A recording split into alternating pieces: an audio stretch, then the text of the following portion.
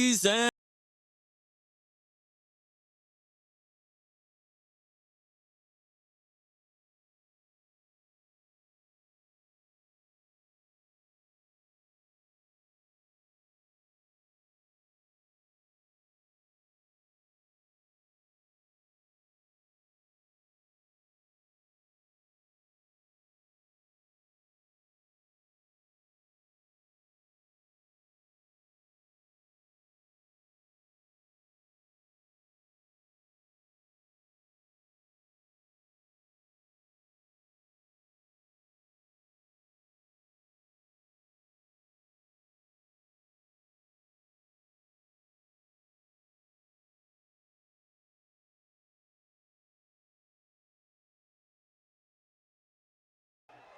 I have the distinct honor of getting to talk with you again, but for this time, to introduce the next President of the United States, Donald J. Trump.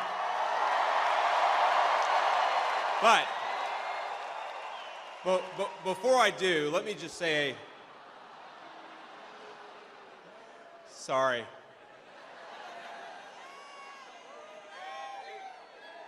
I had to screw with you a little bit, right? Let me.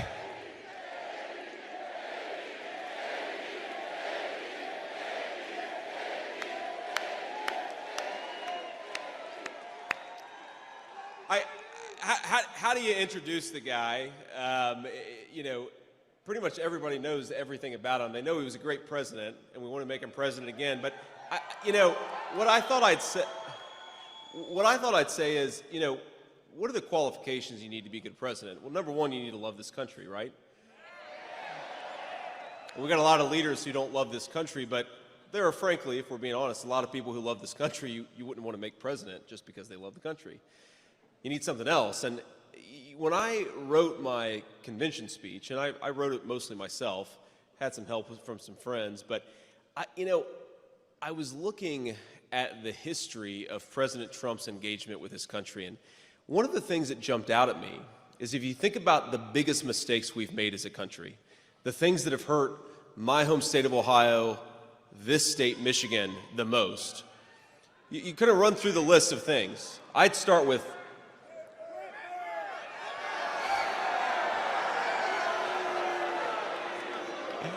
Obviously, Gretchen Whitmer's a problem. I'm talking about even further back than that.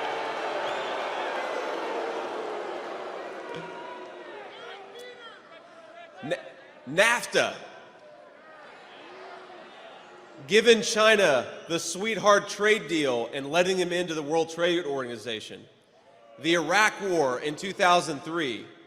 On every single one of those issues, Joe Biden was wrong and President Donald J. Trump was right.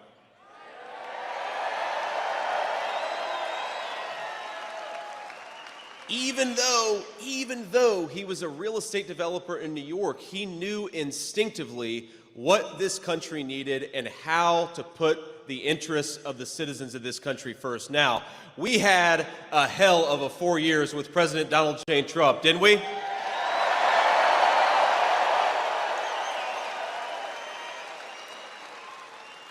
In 4 years, he undid, I believe, 30 years of damage, of terrible leadership. Are we ready to give him 4 more years? Are we ready to hear from the next President of the United States, President Donald J. Trump? Come on out, sir.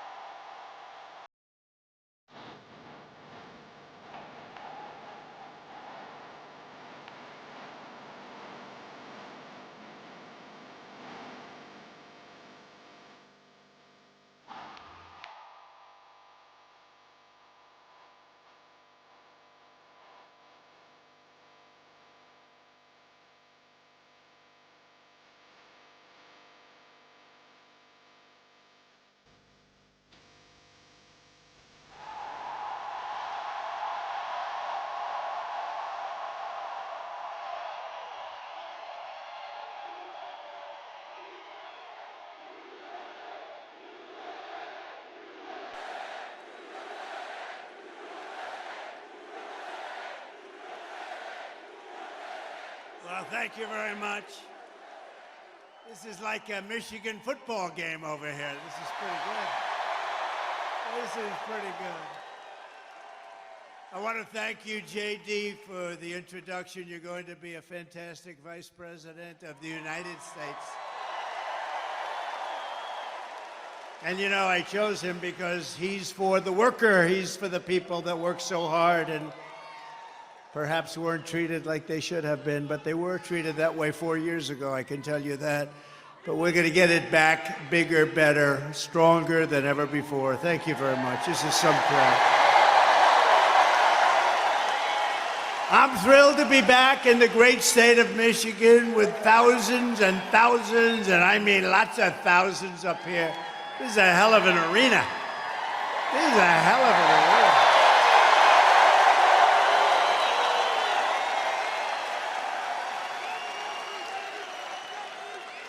But you are the hardworking patriots that we love. You know, they have crowds of people outside. You're not even going to believe it. They go blocks and blocks. But let's forget about them, right? Let's forget about them. Let me begin this evening with a very special thanks to Americans nationwide, including all of you here today, for your extraordinary outpouring of love and support in the wake of the horrific last Saturday event. And when you think of it, it was exactly 1 week ago today, almost to the hour, even to the minute. Yeah.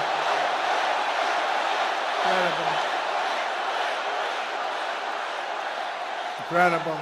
What a day it was. As I said earlier this week, I stand before you only by the grace of Almighty God. That's true. I shouldn't be here. I shouldn't be here. Maybe JD or somebody else would be here, but I shouldn't be here right now. But something very special happened, let's face it. Something happened. I want to thank Butler Memorial Hospital in Pennsylvania for the incredible job they did and service they gave. And all of the great citizens of Butler, Pennsylvania, and the surrounding area, and everyone else for the job they did and the love that they showed us all. It was incredible, actually. What a time that was. What a time that was. Nobody's seen anything like it, and hopefully they never will again. And they had cameras blazing. I guess it was different in that way, too, because we were right in the middle. All those, see, look at all the news back there, and they were all blazing. They were going. No, they covered it fairly. They couldn't believe what they were seeing either. So you did cover it fairly. Let me also thank Congressman Ronnie Jackson from Texas. You know Congressman Ronnie Jackson, for the care and treatment he gave me as an outstanding doctor, which he is. He's really an amazing guy. Where's Ronnie? Doc Ronnie's here someplace.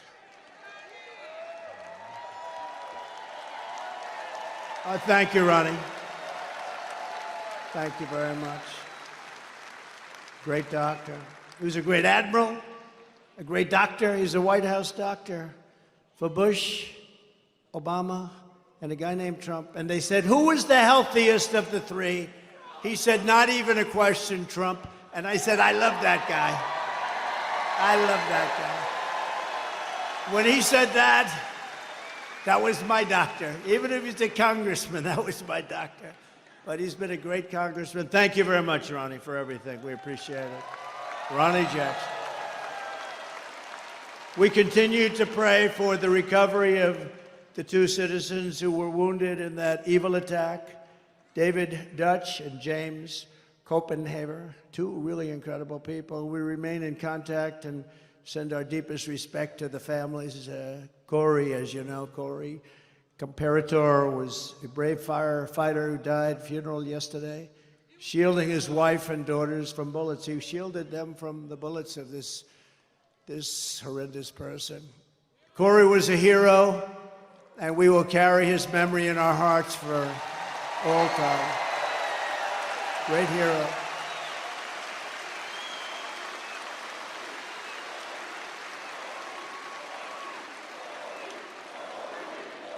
That's great. And he was a big Trumper, and we will never forget him, right? We're all together. We're all together. There's never been anything like what you witnessed the other day with the convention. I don't think there's ever been a convention where there was such unity and love, and even now I'll say it just for a second, the fake news even said it that way. I want to be nice, but the fake news reported it correctly. There's never been such unity, and everybody did a great job, and the speeches and everything. It was just an incredible event. And I'll tell you what, Milwaukee was a fantastic place. This was a beautiful arena, and they did a really great job. And Wisconsin is going to vote for us because we spent $250 million. And when they go into the voting booth, they're going to say, we love this guy Trump. He gave us $250 million with jobs, and they're going to vote. Wisconsin's a very important state, as we know. But they really did. Wisconsin did a great job. Milwaukee, they did a great job, and the arena was fantastic. And it was just love. It was like a big, beautiful 4-day love fest. There was no fight, you know? There was no fight, no screams, no shouting, no get that guy off the platform. And in case there was, we had the Hulkster with us, right? How good was he? How good was the Hulkster? And Kid Rock called, he said, I want to get, you know, Kid Rock is big, and he wanted to get down, and he did an unbelievable job. He was great. But all of them, everybody. We had so many great people there. It was really an amazing thing to see, and it was really something I don't think there's ever been. A lot of people report. I think it was either party. There's never been anything like it. And now we have something coming up where they're going to go for the convention, and they have a couple of problems. Number one, they have no idea who their candidate is, and neither do we. That's a problem. But we'll see. Hopefully they get it worked out. Sort of interesting, this guy goes and he gets the votes, and now they want to take it away. That's democracy. They talk about democracy. Let's take it away from them.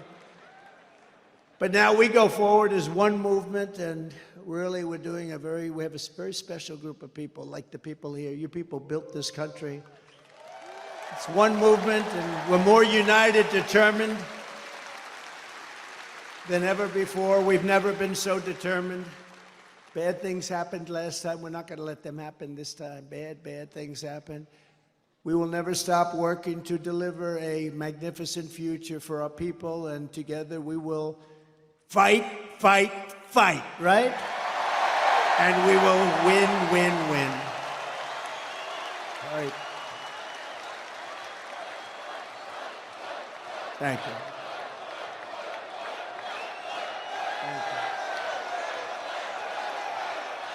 I like this place. You ever walk in to a place and you say, I sort of like this place? Less than 4 months from now, we are going to win Michigan. We are going to take back the White House in a monumental landslide. And with your help, we are going to make America great again. Right?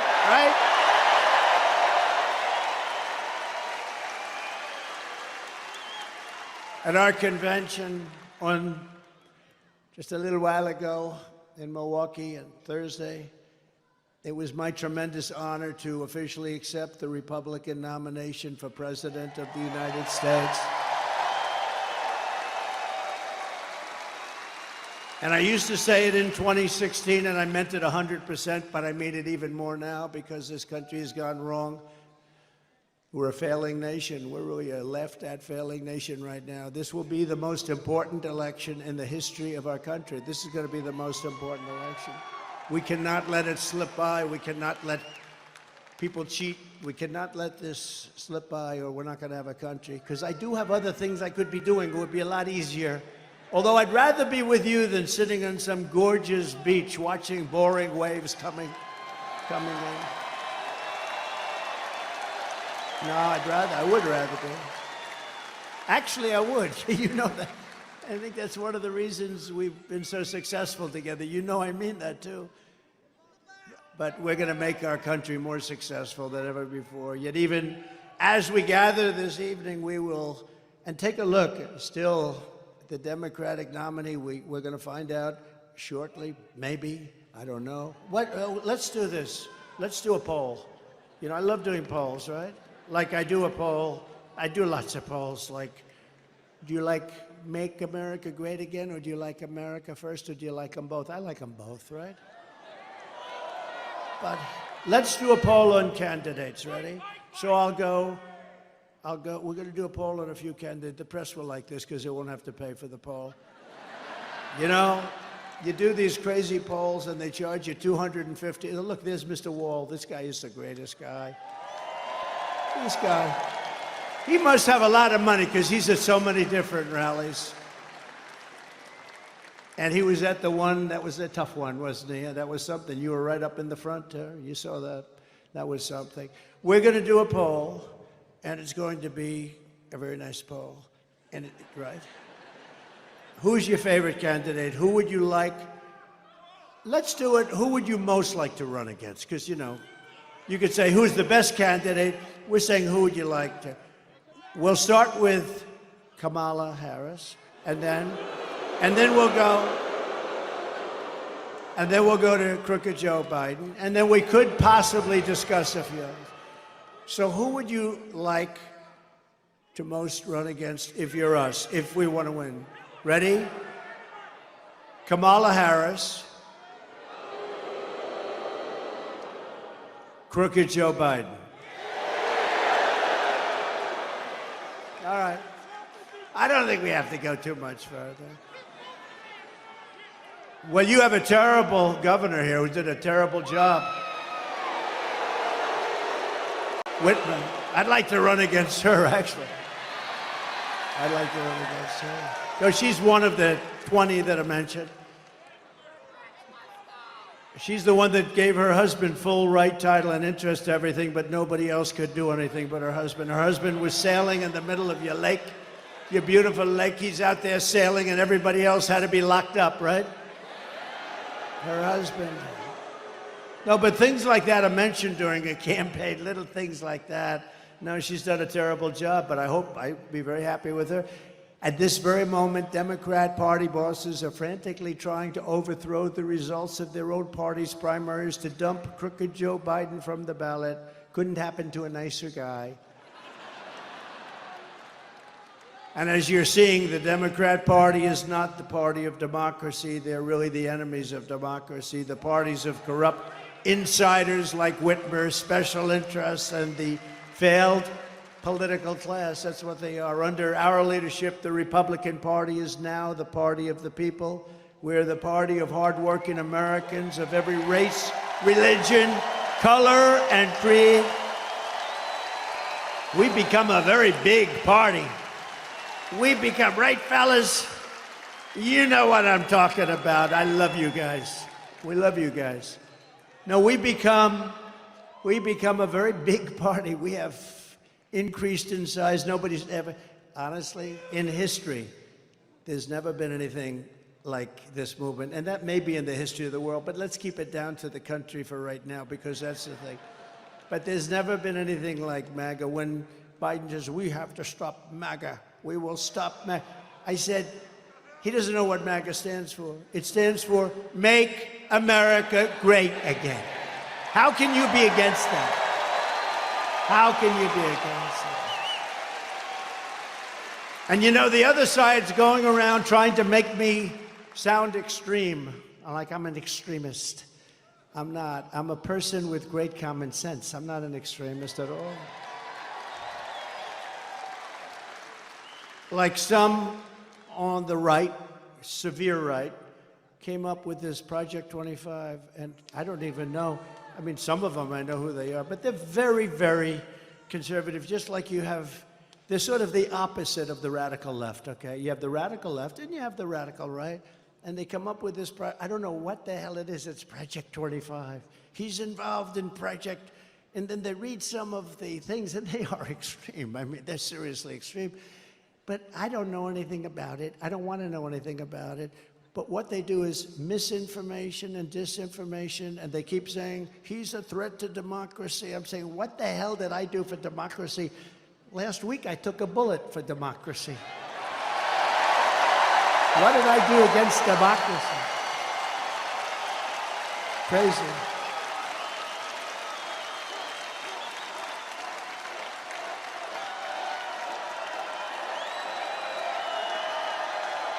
Hello, Chris. Here's our great campaign man. Chris, are you having a good time? Look at him. He's back there, cool as a cucumber. You know, so far, they're giving us great credit for the best run campaign they've seen in years. Isn't that nice? Thank you, Susie. Thank you, Chris. Look how cool he is. Just sits there. Takes it in. Try doing it with another candidate sometime.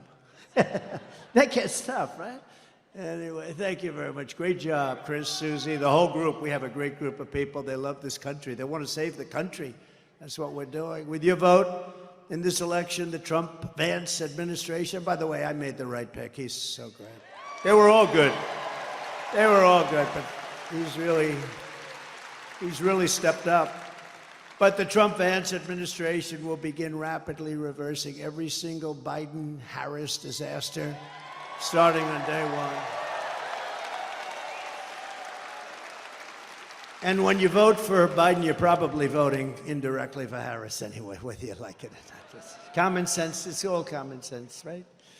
We will end the inflation nightmare that you would have never had. We had no inflation. See, there's another thing. Biden always goes around, I inherited 9% inflation. And even the radical left reporters up there, look at all of them. Whoa, they have a lot. They have a lot of them. They have a lot of them. Look at those cameras. But they'll start turning off as soon as I start mentioning certain things. I'll say, the red light just went off. No, but actually the radical left reporters, of which there are quite a few, I can't believe it. I don't know why they'd have them.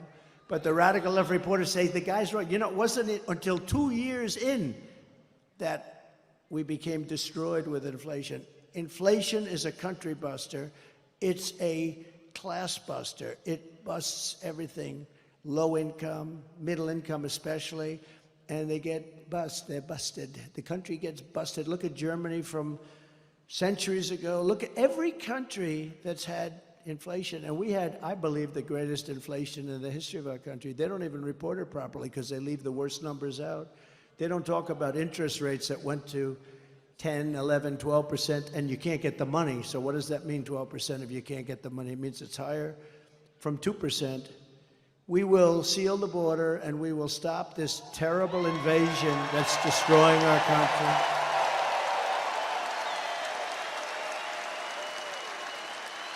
We will crush migrant crime. We're going to crush migrant crime. Oh, we have a new form of crime now. It's called migrant crime. The only good thing about these migrants coming in is they make our gang members and criminals look like the nicest people you've ever met. These people are much tougher. They come from all over the world, not just from South America. We're going to return law and order to our streets and restore patriotism to our schools. We gave you already the largest tax cut in the history of our country, larger than the Reagan cuts, but now we will give you an additional tax cut, a number of tax cuts that will make it. We took in more money after the tax cuts than we did prior. We took in billions and billions of dollars more after the tax cuts than we did. We had the greatest economy in the history of our country. Everyone knows that. We're going to slash regulations. That's what created all of those jobs and gave them bounce-back jobs. You know, they're called bounce-back jobs. After COVID, they bounce back. Everybody knows that. When you have something like COVID, which rarely happens, but when you have something like that, they're called bounce-back jobs. And we're going to bring down energy prices very rapidly. It was energy that caused the problem and their stupidity, and we're going to bring it down very quickly. Your energy bills will be cut in half, at least cut in half. Some sections, like in New England, I'll be able to cut their energy by 60, 70%. It's absolutely crazy what has happened with energy. We buy the oil from Venezuela. They used to be our enemy. I don't know. We buy from Venezuela. It's not really oil, it's tar. And you know, there's only one refinery in the world that can do it. It's very heavy, horrible stuff. It's garbage. It's tar. You lift it. I said, that's not oil. We want light, sweet, crude. We have the best oil. We have the best everything. We go to Venezuela. You know where they refine it? In Houston, Texas. It's the only plant in the world that can refine that stuff. So we go to Venezuela. We pay them a fortune. We take that dictatorship. We make the dictatorship wealthy. These people don't know what the hell they're doing. They're incompetent. They're grossly incompetent. The biggest threat is because we have incompetent. That's the threat to democracy. It's a threat to our country. We have incompetent people leading our country, grossly incompetent people. America's enemies will fear us. The United States will again command the respect that it deserves. Viktor Orban, the very powerful leader of Hungary, said, when asked what happened with the world that's falling to pieces, there are wars all over, he said, bring back Trump, it'll all end. It all ended. We had no problem in the world.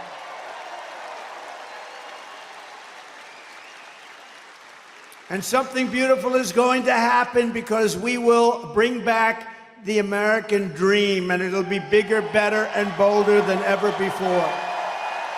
Right? And most importantly, for the people of this great state, you know, years ago, they gave me in Michigan the Man of the Year. That was long before I was a politician. I was a business guy, I did well, I liked the state, but I don't know, I heard Man of the Year, Michigan. I said, that's cool, that's good, I'm gonna make that trip. I didn't know why they were giving it to me, nothing, but they were giving it to me for, I guess, the fact that I employed a lot of people, I did real well. This is probably 14 years ago. And I came in and I said, why do you allow foreign countries like Mexico, you know, we think of them as friendly, but they haven't been too friendly lately. How about where they asked Biden to meet, just to meet? They want $2 billion to meet. They wouldn't ask that. See, they wouldn't even ask me that because I'd say, I will put 100% tariffs on everything you send into a country if you even think about asking.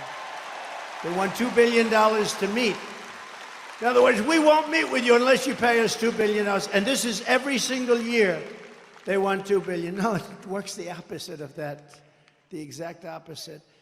But you know, when you see the things that are happening to our country, and all you have to do is know how to speak. When I watched the way our border was handled, we had the best border, the safest border, the border that saved my life. You know, I was pointing to an immigration border sign when I made this turn, and that thing went that way instead of that way.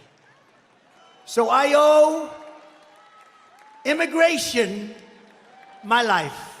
It's true. It's true.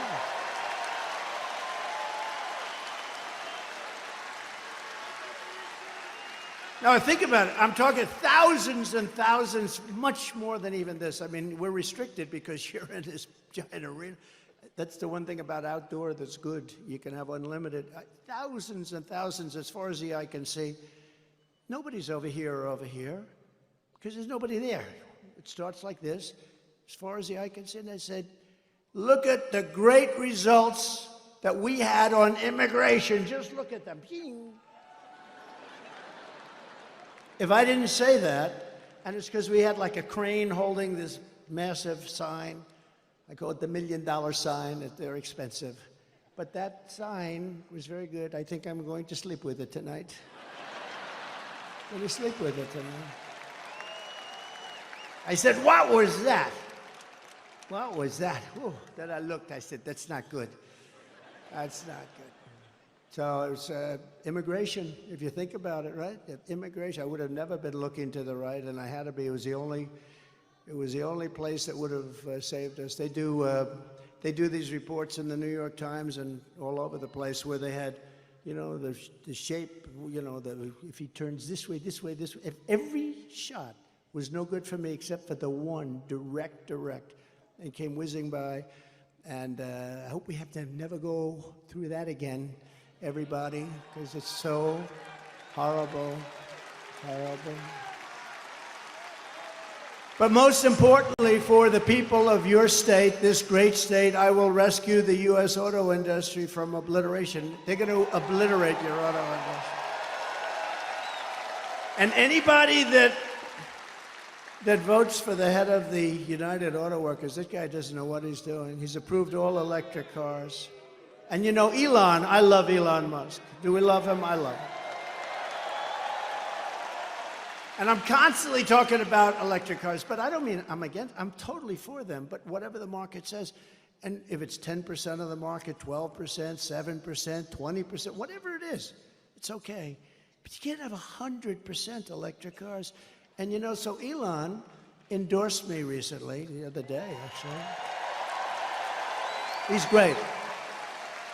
Elon Musk. He's a brilliant guy. Every time I call him, he's talking about, I got a new idea for a rocket. You have to hear this?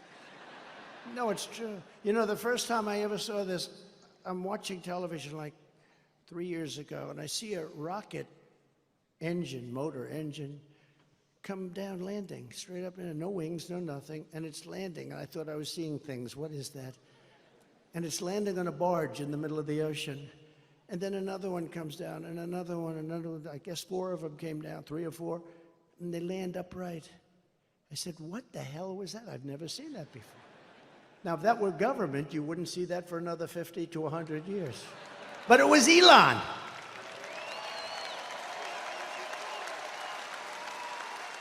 Now, think of that.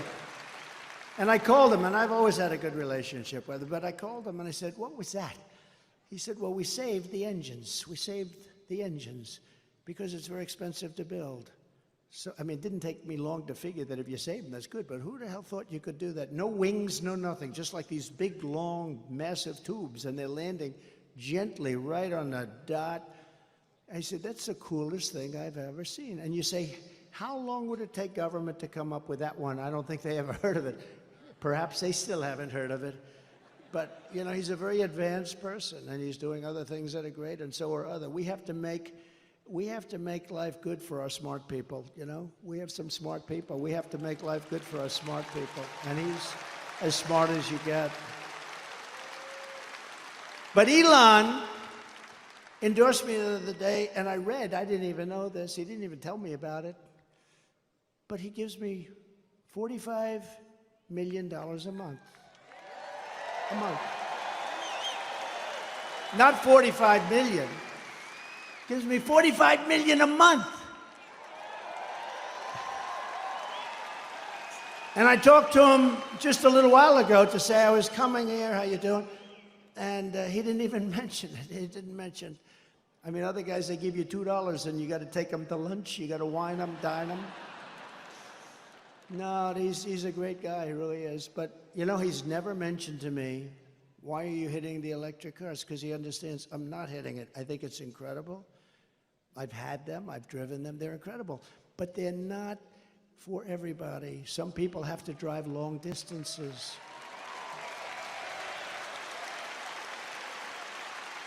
And they tend to be more expensive. And, you know, they'll probably be made in China because China has all of that material.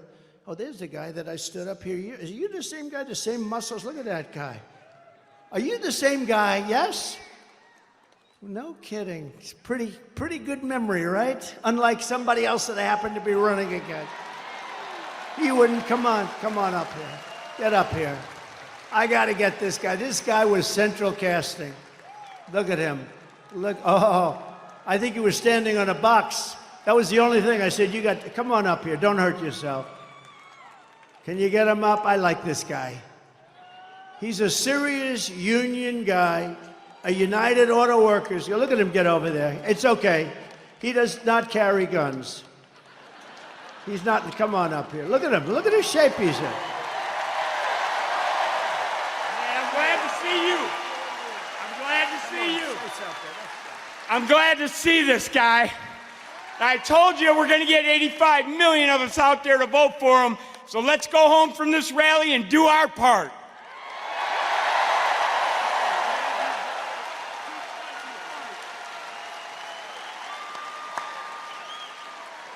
Look at the arms on him.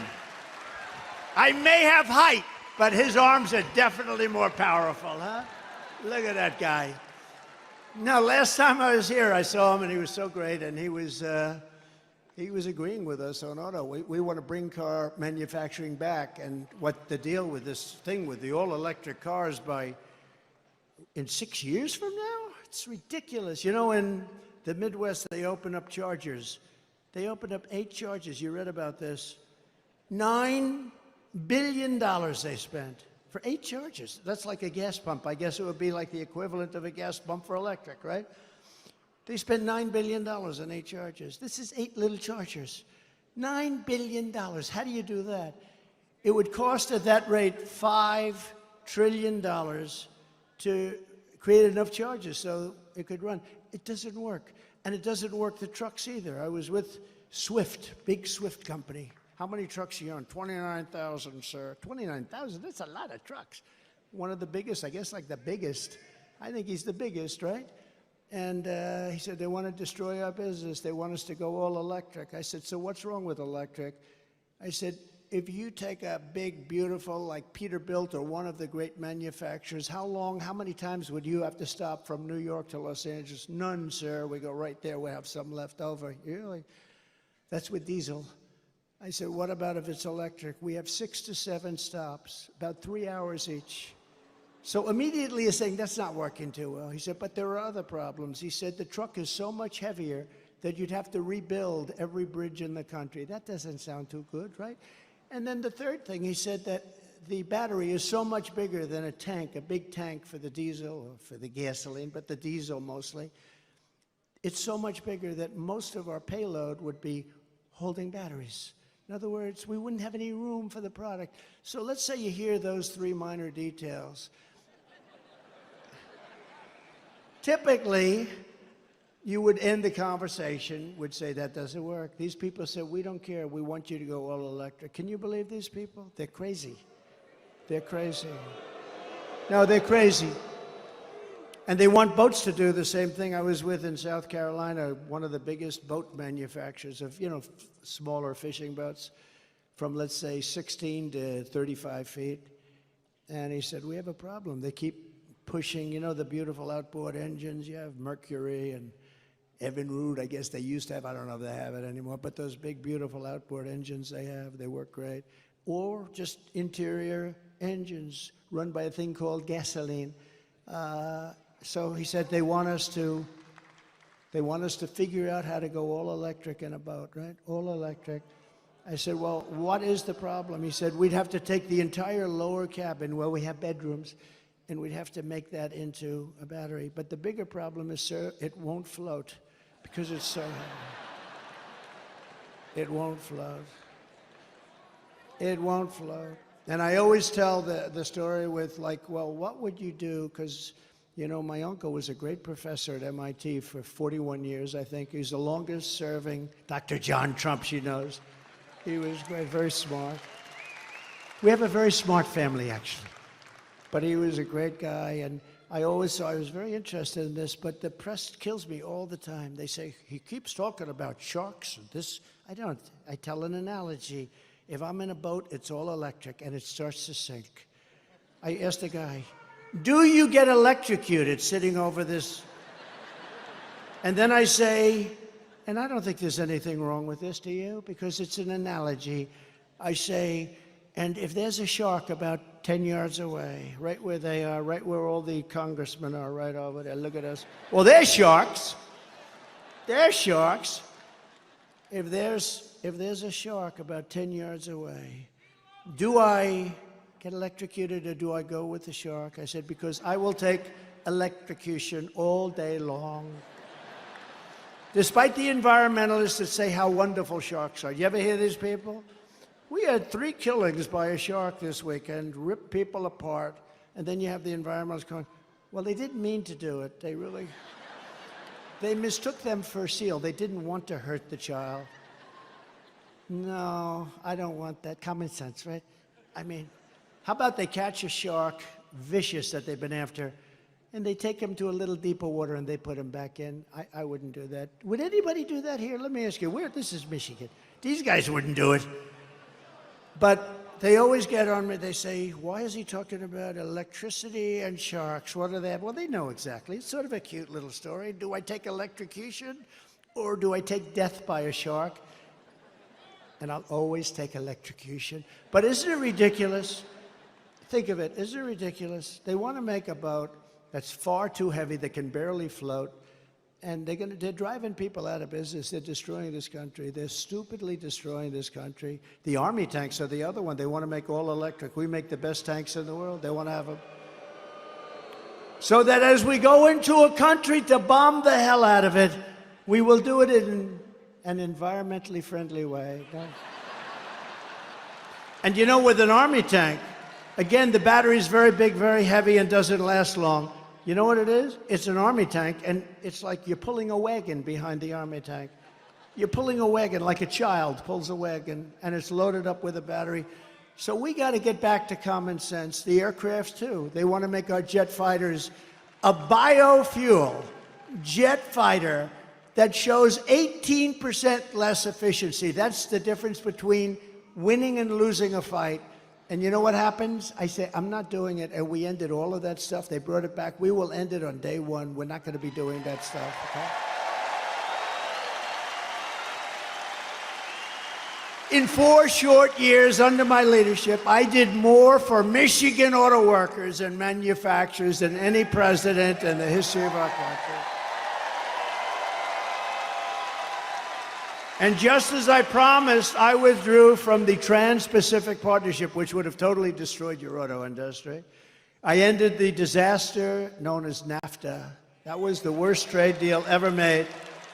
That was the worst trade deal considered by him. That was so unfair to us with Mexico and Canada, the worst trade deal ever made, and replaced it with what they call the best trade deal ever made, the USMCA, Mexico and Canada. And I know it's good because Mexico and Canada are right now, as we speak, working like hell to try and renegotiate the deal. Don't do it, Biden. Well, he doesn't know what's going on. Don't do it. He's watching us now. He'll say, what's that trade deal they're talking about? Well, sir, they've been negotiating with us for about 2 years. I never heard of that negotiation. Where is Mexico anyway? Where is it?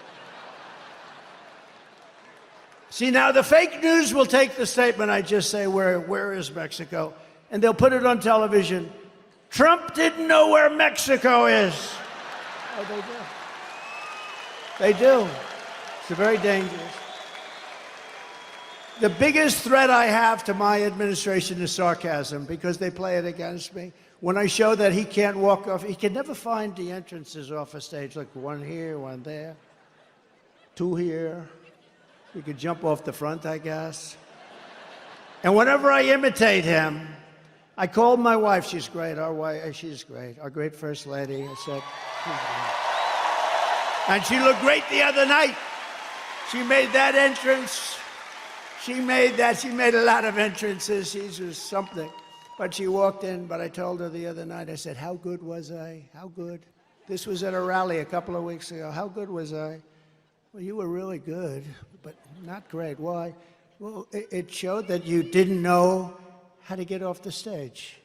Well, I was imitating Biden. So what they do is they show the imitation of Biden. They said Trump didn't know how to get off the stage. That's our fake news. So we have to be very careful. So I haven't done it in about 3 weeks.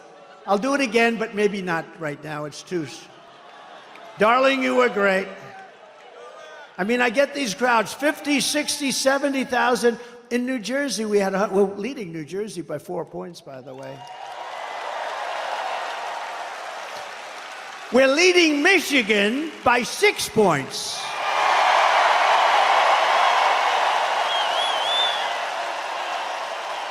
Right. And a report just came out. Actually, we're leading everywhere and nationally, and we have to keep it that way. Got to make sure they don't cheat. Got to make sure they don't cheat. I took on China like no administration in history, bringing hundreds of billions of dollars pouring into our treasury when no other president had gotten 10 cents. You know, China never gave us 10 cents. I got hundreds of billions of dollars from China. And I got along very well with President Xi. He was a great guy. He wrote me a beautiful note the other day when he heard about what happened. And he wrote me a beautiful, most of the leaders do. You know, a lot of them didn't like what I was doing to them, but they also knew it was about time. The jig was up, right? It was about time. But they wrote me, almost all of them wrote me notes. It was nice. No, I have a good relationship with all of them. That's a good thing. You know, a lot of times the press would say, he gets along with Kim Jong-un, North Korea. He has a lot of nuclear weapons. I got along with him great. You were never in danger with me as your president. It's a good thing to get along, not a bad thing. I used to tell him, why don't you do something else? All he wants to do is buy nuclear weapons and make them. I said, just relax, chill. You got enough. You got so much nuclear weapons, so much. I said, just relax. Go to let's go to a baseball game. I'll show you what a baseball. We'll go watch the Yankees, or we'll come watch Michigan at its home opener. Okay, how about that? Are you going to have a good team this year, I think, right? Pretty good. I heard good. I heard good, but who the hell knows, right? Guy drops a pass, that's the end of that season. It's a risky business. I proudly imposed a 27.5 tariff on all Chinese auto imports to keep China and Chinese cars, keep them out of America. You don't sell a lot of Chinese cars in here because of what, and if you did, it'd be fewer cars that you made. We're going to bring back the auto industry because of, we're going to bring it back. We're going to have them. If they want to come in and sell us cars, they can, but they have to build plants here and they have to hire our workers, and that's fine, and nobody can say anything about it. Under the radical Democrat policies, the U.S. auto industry is being decimated. You know, we lost 64% of our industry over the years, 64%. We were a giant. And now they're made, a lot of them made in Mexico. Mexico's taken 35% of the auto industry.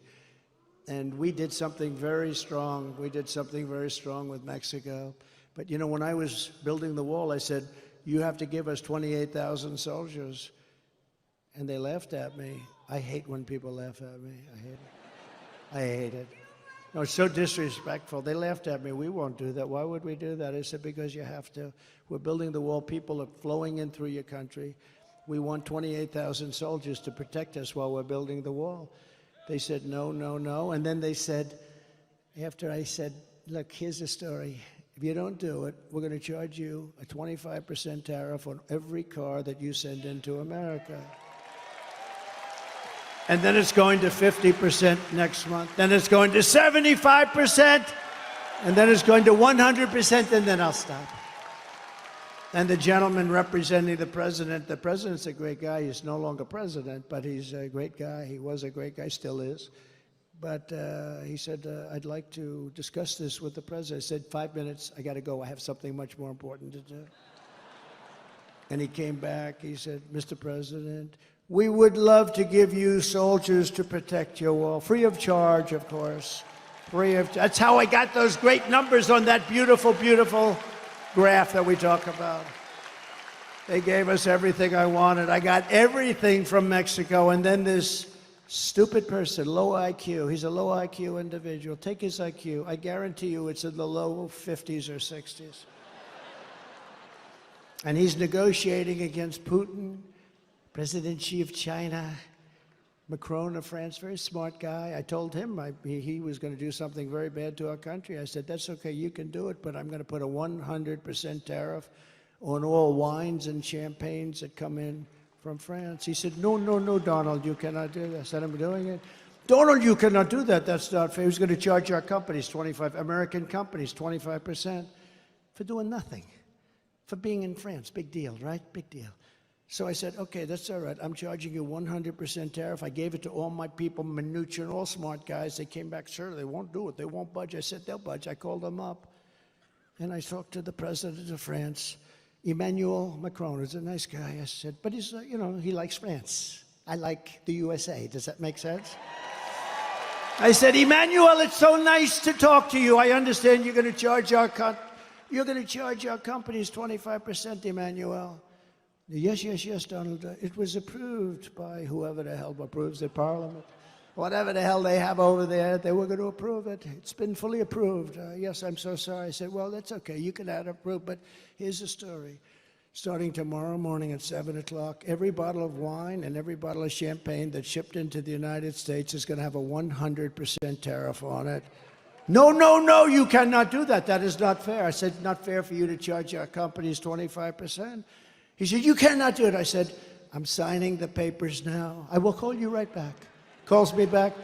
Donald, we would be delighted, Mr. President, to take that tax off. We have decided to take it off. It'll be off by tonight, sir. It'll be off by tonight. And it was off. And it was off. You think Joe Biden does that? He doesn't know what the hell he's doing. Their policies are no good. Remember, whether it's Biden or anybody else, they want open borders. They want all the same stuff. So it's like, you know, but he's in particular, he's pretty bad, I tell you. Can you imagine these killers, these are sharp. You know, the press gets angry. They said, is President Xi of China, is he a smart man? I said, no, he's a brilliant man. He controls 1.4 billion people with an iron fist. He makes guys like Biden look like babies. They don't even know whether they're coming or going. Yes, he's, the next day headline, Trump calls him brilliant. How dare, no, okay. Let's say he's not a smart man. Okay, whatever makes you happy. No matter what you do, I say he's a brilliant man. They went crazy because I called him brilliant. So I'm just gonna have to say, he's okay. No, he's very smart. But, and you know what else? He's a fierce person. Do you understand that? Some of the people here know that, what this means, especially some of the women, right? They know better than the men about fierce. I know the women, they know better than the men. They're more fierce than the men. Oh, her. But no, he's a fierce individual. He's a fierce man. Can you imagine when he meets this guy? He thinks Trump is playing a joke on him. He actually thinks there's some kind of that I'm playing a joke. He doesn't believe what happened. He doesn't believe the last election. He thinks I'm playing a joke on him. But can you imagine President Xi, Putin, all of them? They're all smart, tough. They love their country, or they want to do well with their country, whatever it is, all ideology. But we have to have somebody that can protect us. And Orban was right. We have to have somebody that can protect us. Right now, we have really low IQ people in there. And the president in particular, he has about a 70 IQ, and he's going against 210, and it never works out. It never works out. When I'm back in the White House,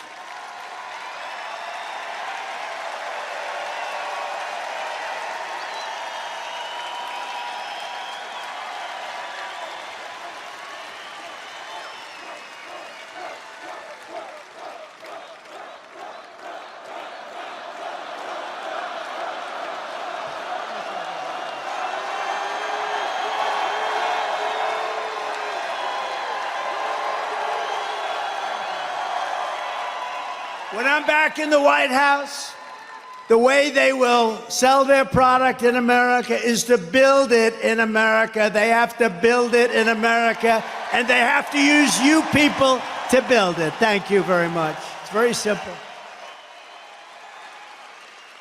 We will build American, buy American. We're going to hire American. We're going to get it going. We're going to get the auto industry back. It's ridiculous. I will revoke China's most favored nations trade. You know, they have a most favored nations trade status. They've had it for years. We had it revoked, and then we had that stupid election, that ridiculous election that everybody knows was ridiculous. But I will revoke it. They have a trade where basically they're saying we're just beginning. They're not just beginning. They're teaching our people too much. I will pass the Trump Reciprocal Trade Act, meaning if China charges us a 100 or 200% tariff or tax, we will charge them a 200% tax. Very simple. It's called reciprocal. They charge, we charge. It sort of says, I shouldn't say this, because, you know, Franklin Graham, I told the story the other night, Franklin Graham, he's such a wonderful guy. Billy Graham was his father, the greatest. My father used to take me to Yankee Stadium to watch Billy Graham. The place was packed, and he would get up and he would rant and rave, and you left there and you believed that it was God, in fact, that helped me last week. You would believe it if you listened to Billy Graham. And Franklin Graham is right, probably, but he wrote me a beautiful letter. He says, President Trump, I watch your speeches and your rallies all the time. I love your storytelling. There's nobody that can do it like you, but please, you're hurting yourself very badly. Don't use foul language. It made me feel bad, actually, because I don't use much. I don't use much, and if it is foul, it's not really foul. You know, there's really foul, and then there's a little off. Like some people don't even, they don't like the word hell. That's a bad word. You know, I mean, that's not good. Or the word bullshit they don't like, so I won't use it. No, it's true, but it's more descriptive. There's just no word to sort of. But he said, so please, so I've been really good, and for the last 4 or 5 times I've really been good, but you know, you lose a little something. But reciprocal trade, it basically means you screw us and we'll screw you. It's very simple. And I can't describe it. And I don't think it's foul, but he's probably right.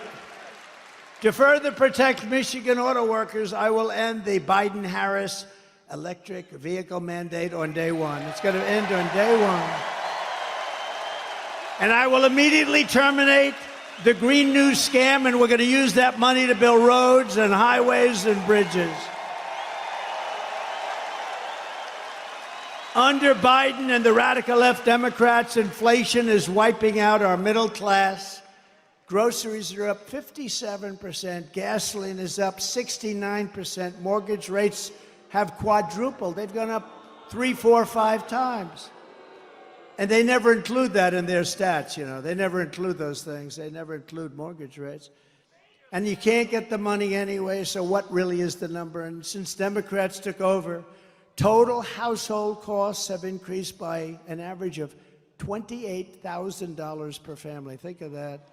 Under my leadership, we will throw out Bidenomics, and we will replace it very simply with Maganomics. Maganomics.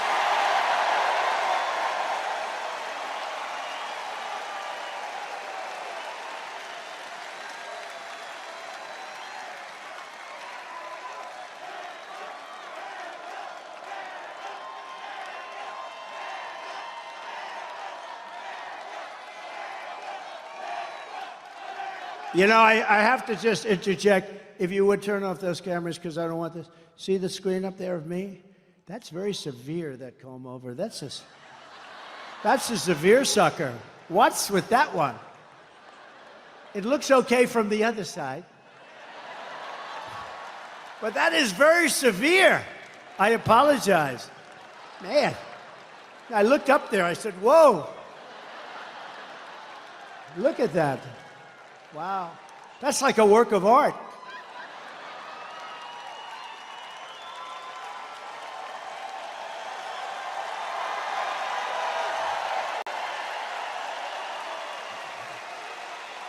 Only look at that one. Don't look. That one looks. To bring down the prices of all goods, we will end the Biden-Harris war on American energy, and we will drill, baby, drill. We're going to start that day 1. Under the Trump administration, we had energy independence, and soon we will have energy dominant. We will be more dominant than any country by far, and we were. Just 4 years ago, we started off at number 4, we got to number 3, and then we had to beat Russia. We beat them. Then we had to beat Saudi Arabia. We beat them, and we were like a rocket ship, and then we had this idiotic result.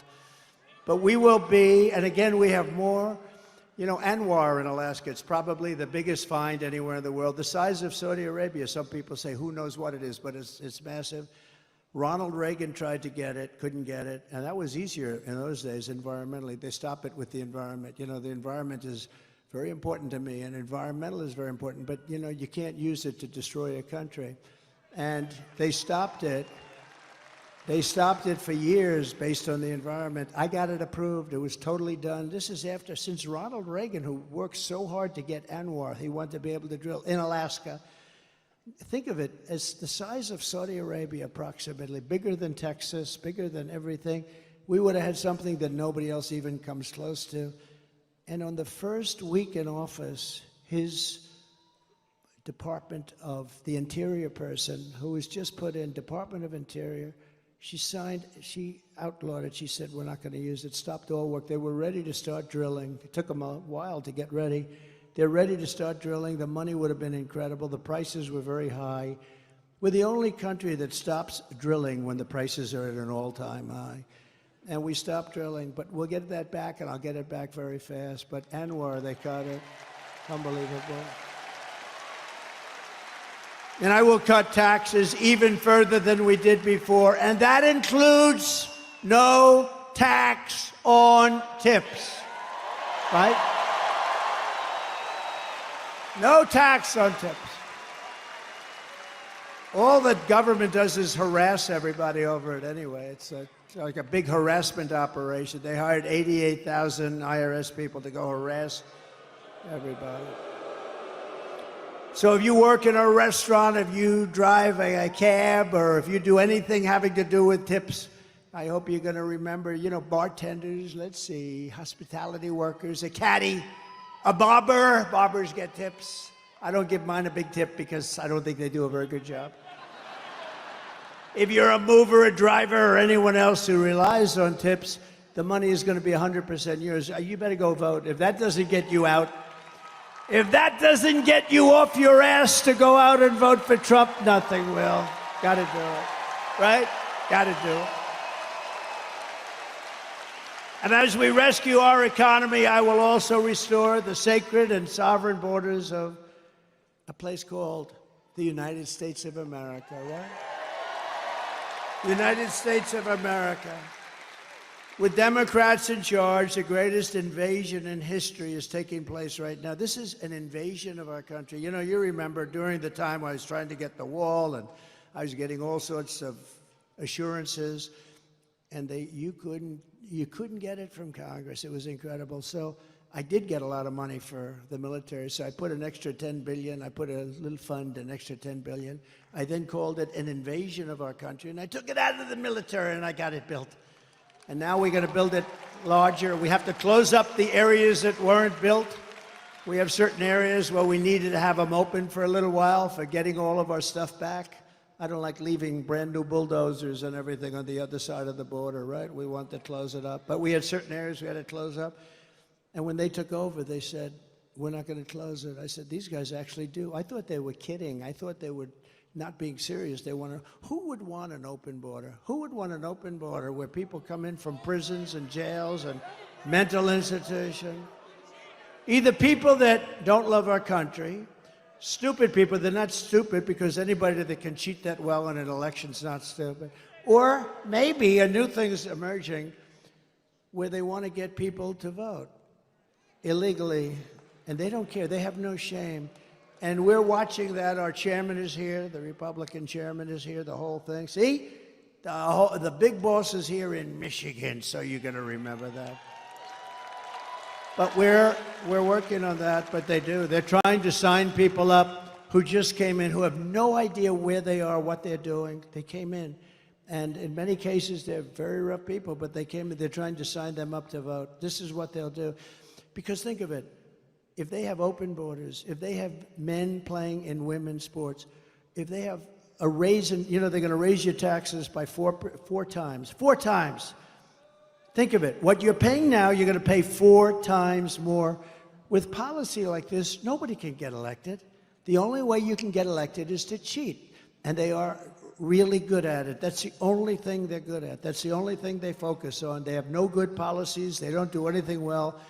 But they're using these people, and they're trying to sign up the people. And we've caught them, and we sue, and we do all the things that you have to do. But they have no shame whatsoever. So that's really one of the big reasons I think they're allowing it, because they're not stupid enough to allow prisoners and people from mental institutions, people from insane asylums, and it drives them crazy. Hannibal Lecter, the late, great Hannibal Lecter, would like to have you for dinner. He wants you for dinner. That's the end of you, by the way. But no, these people are being dumped into our country, and nothing good is going to happen from it. That's why we have to do a big deportation and get them the hell out, okay? We have no chance. Meanwhile, our crime rate is going up while crime statistics all over the world are plunging. We have become a dumping ground for the world, which is laughing at us. They can't believe how stupid we are, how stupid we are. We're destroying our country. They can't believe what they're getting away with, but they're getting away with it at levels that they never thought possible. In Venezuela, crime is down 72%. You know, Caracas, Venezuela, was a very, very dangerous place. And now, because of the great job they've done in removing their criminals into the United States, next year we're going to have our Michigan rally in Caracas, Venezuela, because it's nice and safe. Okay? Does that sound like a good idea to you? Because we want safety. Now, the press is going to write that. They're going to say, Donald Trump proposed next year's Michigan rally in Caracas, Venezuela. They'll say, isn't that horrible? Isn't that unpatriotic? You understand. This is what I have to go with. I'm only kidding, press. I'm only kidding. Although maybe it's not a bad idea. So El Salvador is an interesting one because I know the president. He's a young guy, and he's been getting this great press that his crime rate's way down, and they're training their criminals. Well, you don't train criminals, okay? You know, maybe every once in a while you get lucky, but you don't. So in El Salvador, murders are down 70%. He's saying, yes, we're teaching. He's different. Most of them just say, well, the United States is stupid, so we're dumping all our criminals there. He does it differently, smart. He goes, we're working with our people that are causing problems and crime. And he's not working with them. He's dumping them in the United States. And their crime rate, their murder rate is down 72%, 73%, and going up. And I don't blame them, because if I was running one of those countries, and we're not just talking in South America, but if I were running one of those countries, I would have been doing it much more. They're also emptying their jails. The big thing is their jails. Those jails were packed. Now all of a sudden it's like, oh, isn't this wonderful? They're doing such a wonderful job. They're dumping their criminals into the United States of America, and we're not going to take it anymore. Stupid people.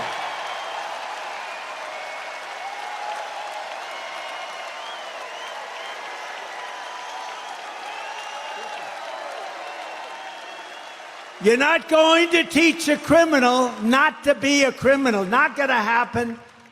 And you don't have the time, you don't have the energy, because you have to do other things. That is why, as soon as I take the oath of office, we will begin the largest deportation operation in the history of our country, even larger than that of President Dwight D. Eisenhower many years ago. He was a big deportation person.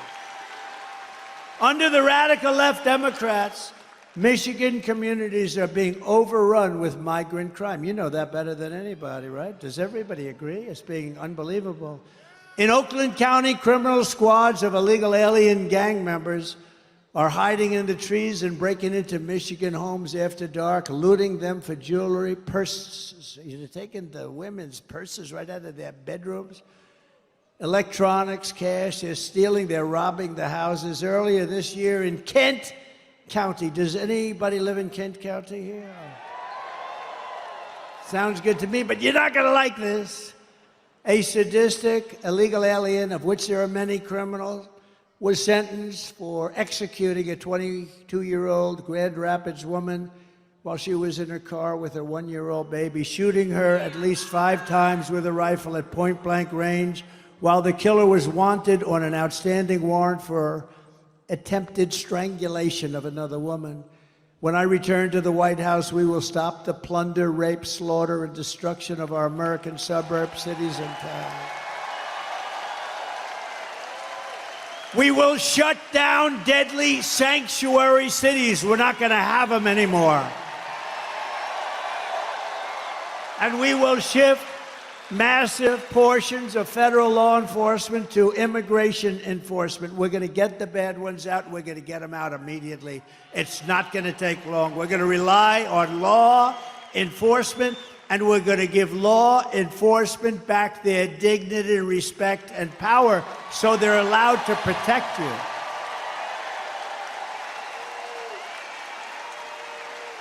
It's no wonder Joe Biden and his thugs are so desperate to stop us. They know that we are the only ones who can stop them. We're the only ones. You know, we talk about Biden like he's a feeble old guy, and he is.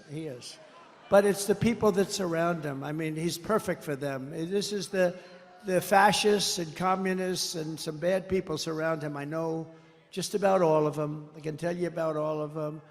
Did you hear about our big victory in Florida last week? Did you hear? We won the big case. We're going to take down Trump. We're going to take down Trump. No, when you have a great court system, when you have honorable judges, people that really love the country, good things can happen. But we won that case in its entirety. That was the one. That's going to take him down. They've been saying that for, what, 8 years now, right? And here we are leading in every poll. We got to get it close. You got it close. You got it close. We don't want to talk too much. I always say if we win, because I don't like saying when we win, because they cheat like hell. So if we win, but we got to get it close. We're close. 4 months, but you know what 4 months is in this racket? Like an eternity. 4 months is like an eternity, but we're leading by a lot, not just by a little. We're leading every state, every important swing state by a lot, and we're leading nationally by a lot, but we got to get it close. The radical left Democrats rigged the presidential election in 2020, and we're not going to allow them to rig the presidential election in 2024. We're not going to allow it.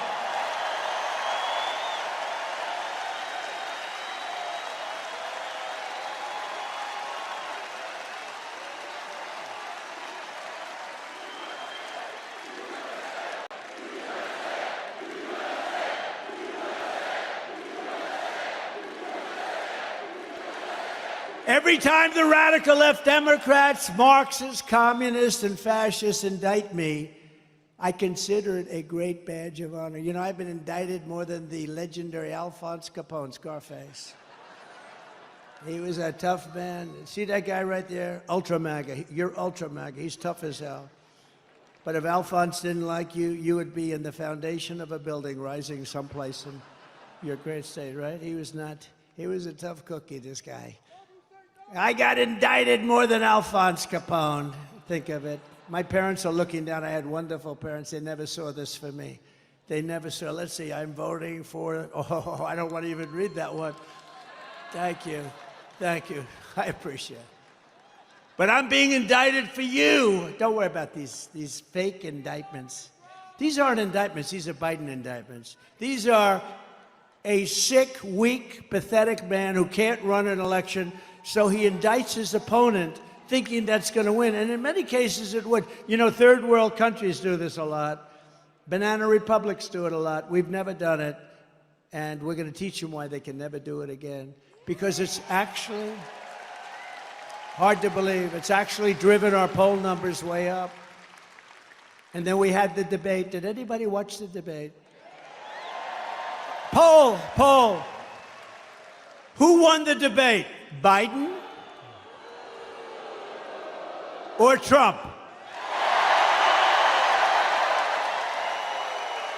Poll, free poll. I just saved $300,000. Isn't it something these pollsters, they come, oh, I have Tony Fabrizio and McLaughlin back there. I got to be careful. But I just saved $300,000 doing that poll. They interview like 97 people have been interviewed.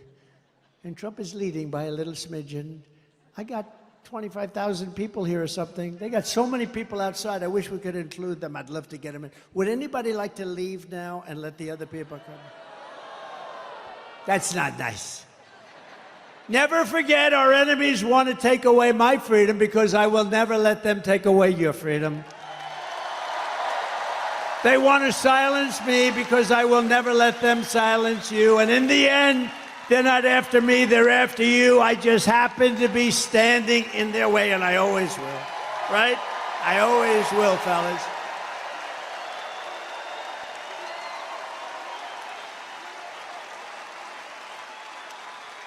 So we have some exciting news today, because we're pleased to be joined by many outstanding Michigan patriots. They are, I know every one of them, including your next U.S. Senator from Michigan, Mike Rogers. And Mike is just as adamant as me. He'll vote to stop the invasion, end inflation, halt the outsourcing of Michigan jobs, and bring back the auto industry. You are going to double or triple your auto industry within the next 3 years under Trump. Mark it down. Mark it down. Because we're not taking their cars. We want them to build the cars here, using you people to build them. Also with us is another good man who is running for Michigan Senate seat, Sandy Penciller. Do you know Sandy? So I have a big announcement to make then. Sandy has just announced that he would like to do something very important tonight. So you have Mike, who's a total pro, Sandy, who's a total pro. I'd like to ask both of them to come on up, and I'd like to have Sandy make a statement first. Thank you. Come on up, fellas.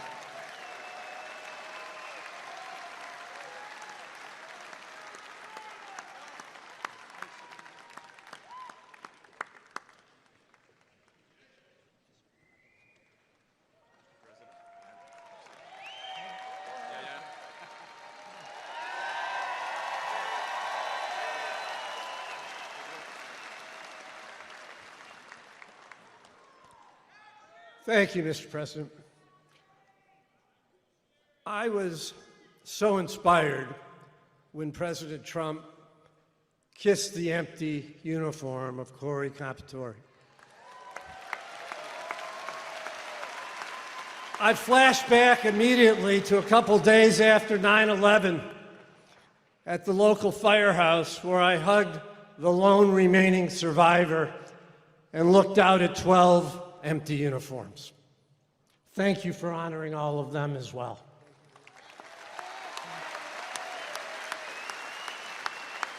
My campaign was always about making America better. The best way to do that is to enact President Trump's policies. Let's go, Trump! Let's go, Trump! To do that, we need control of the Senate. A divisive, continued primary effort hurts the chances of that, and that's not okay. So tonight, I'm doing the right thing and ceasing my Senate candidacy. No, it's not an aha, it's the right thing. President Trump endorsed Mike Rogers. Tonight, so am I.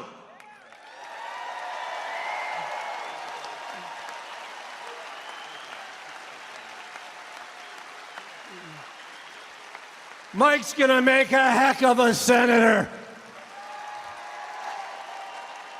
So I want you guys to look around the room tonight, because everything goes through Michigan.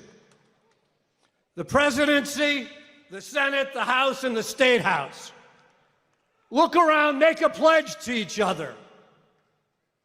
We're gonna fight, fight, fight like hell to save America and elect Donald Trump, Mike Rogers, and the rest of the ticket on the Republican Party. Thank you.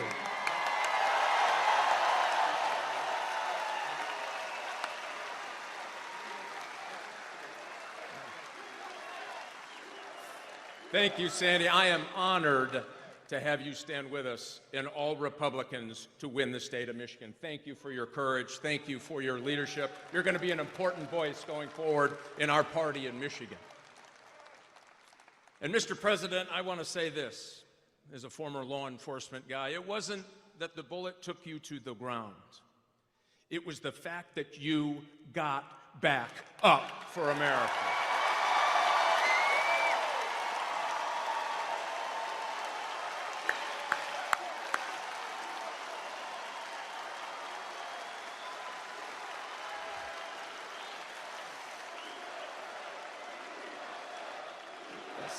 You bet.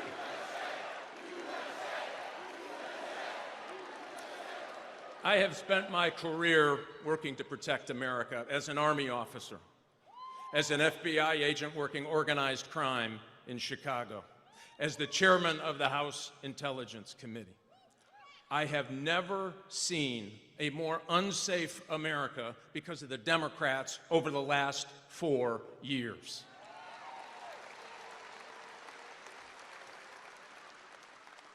Here's the good news, Mr. President. You will have a partner in the United States Senate that will bring manufacturing back to Michigan. We are the arsenal of democracy. We will be again in this great state.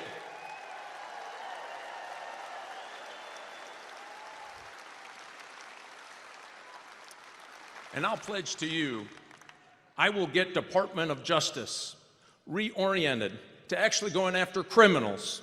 We are going to dismantle fentanyl distribution from here to the steppes of China, and we're going to tell China, you sell in the United States, you'll have a price to pay.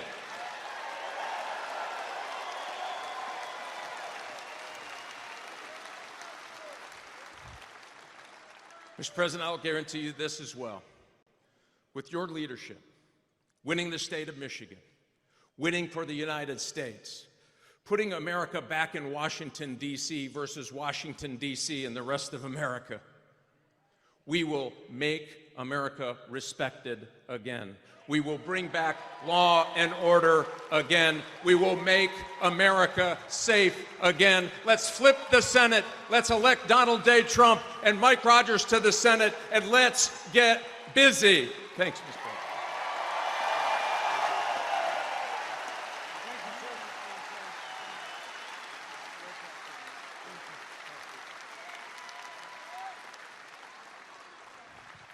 We're unifying the party, and that was beautiful to watch. Thank you, Sandy and Mike.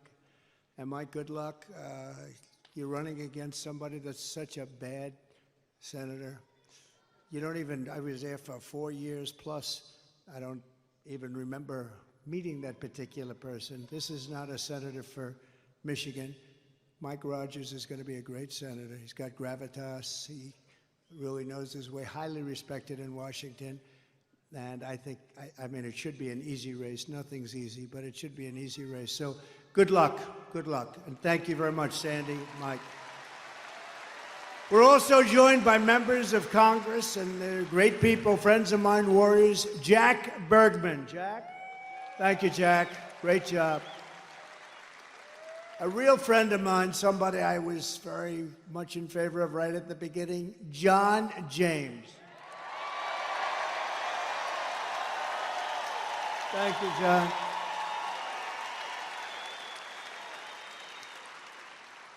A warrior, somebody who helped me through a lot of different things. He gets things done. Bill Heisinger. Bill, thank you, Bill. Thank you very much. And another one. These are all great people. Tim Wahlberg, thank you for everything you've done, Tim. You've been unbelievable. Always there for me, right?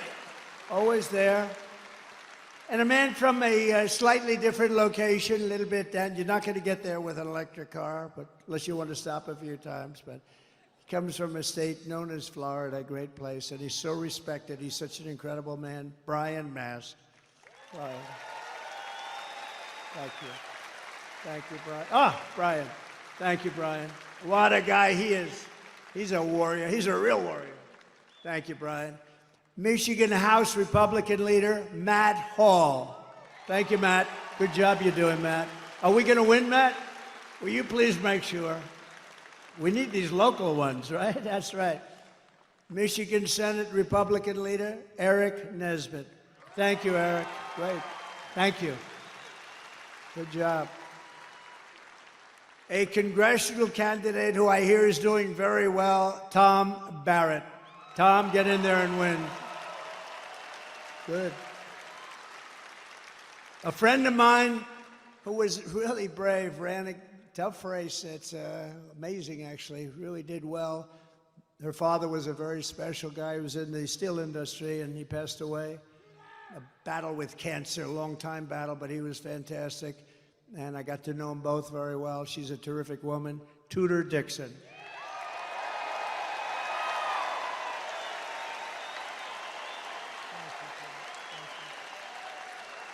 Thank you, Tudor. Ambassador Joe Sella. Thank you, Joe. Good job you're doing, Joe. Very important person in this room, Michigan GOP Chairman. Where are you? Okay. Pete Hoekstra. Oh, there he is. I fought like hell for him to take that job, right, Pete? I said, Pete, you got to do it. How are we doing, Pete? How are we doing? Huh? We're doing good. If you're in charge, he's going to win. He was a congressman, a really good one, respected. He left. I made him ambassador. He was a great ambassador. And I then said, Pete, you got to do it. He lives here. I said, you got to do it. And we appreciate you doing it. Both of you, thank you very much. We appreciate it very much. RNC chairman, he put on that show with a person named Lara Trump. How good is she? How good is she? She's unbelievable. She made a great speech. And her husband made a very good speech the other night, didn't he? Eric and Don. I don't want to talk about anyone else, only my kids, you know. But they all did well. Everybody did well, honestly. I do think Hulk Hogan, I thought he was incredible. I hadn't seen him in a while. And I'll tell you what, I'm not going to mess with him, right? We're not going to mess with the Hulkster. But he was fantastic the other night. All of them, every single one. My granddaughter did very well. Look at, she's scarred. What about, who said that? Who said my granddaughter? Wow. Kai. Kai is great. Great golfer. She's a great golfer. But we have another man who's very important, and the RNC chairman, Michael Watley, who's been incredible, wherever Michael is. Mike, thank you, Mike. Great job. I said, Michael, you have one job. We got so many votes, we don't know what to do with them. You got to guard the vote. When those votes get put in, they can't be missing. They can't throw them out. They can't stuff ballot boxes. They can't cheat. Make sure. And, you know, he headed up North Carolina. And on that night, a while ago, that certain election night, that miserable where we thought it was won at 10 o'clock in the evening, and then all of a sudden, additional votes have been reported in various places. We don't have to get into it. North Carolina held totally steady. He had 603 lawyers working. Other people didn't have lawyers working. And bad things happened, but this guy held, and I said, that's the guy I want to run the party. And Michael, I know you're doing a great job, and you're going to do something very special. We don't need votes. We need to guard the vote. You ever hear the expression, too big to rig? The more we get in there, the harder it is for them. My daughter and her husband, Tiffany and Michael, where are you? Tiffany and Michael, you're around here someplace. Two great people. Fairly recently, thank you, Tiff. Great people. And Michael's father's here tonight, highly respected guy, great businessman, and a highly respected guy. From the moment we take back the White House from crooked Joe Biden and Kamala, I call her Laughing Kamala. You ever watch her laugh? She's crazy. You know, you can tell a lot by a laugh. No, she's crazy. She's nuts. She's not as crazy as Nancy Pelosi. Crazy Nancy. Did you see Nancy Pelosi is selling out Biden now? Did you see? She turned on him like a dog. Well, I don't know if he should continue. All of a sudden, where did that come from? She was 100%. All of a sudden, she's not sure. Not sure means he's gone. But no, she's crazy as a bedbug. She's a crazy person. I believe we're going to have the 4 greatest years in the history of our country. I believe that.